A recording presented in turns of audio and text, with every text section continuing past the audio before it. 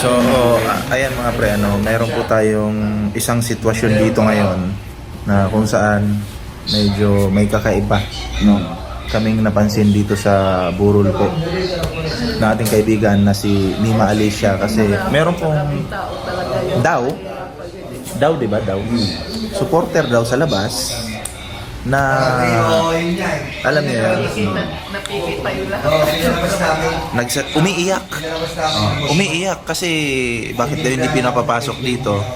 May limit naman po yung public viewing dito eh, mga 9 to 4 to 9 ang public viewing sa mga supporters po. Okay? Alright. Mga kababayan ko, no? Lalo na sa mga BBM supporters, kami in behalf of DDS supporters, we wish condolences. When we gave our condolences, sincere condolences sa pamilya ng vlogger. And rest in peace kay Mima po. Pero sana po, ipinaliwanag din ninyo sa publiko kung paano yung sistema ng pagdalaw sa Lamay. May tinakdang visiting hours ba? Bukas ba ito sa publiko? O may listahan ba kayo ng mga inaasahang bisita?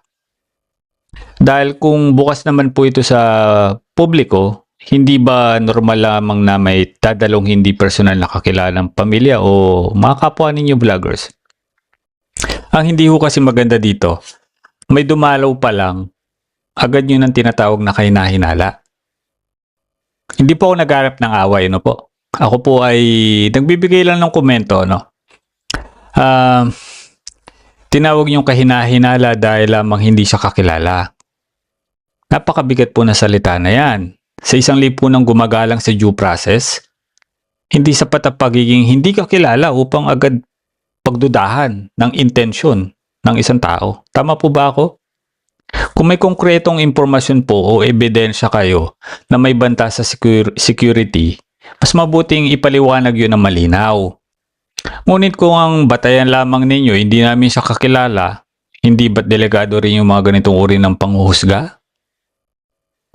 Baka pati sa isang ordinaryong mamamayan na nais lamang makiramay, mapagbintangan pa.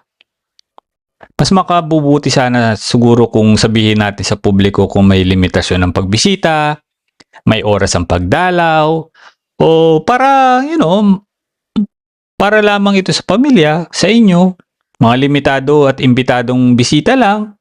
Sa ganitong paraan, malinaw po ang patakaran at walang ordinaryong tao ang mapagkakamalang may masamang intensyon. Kasi ang pangit po nun,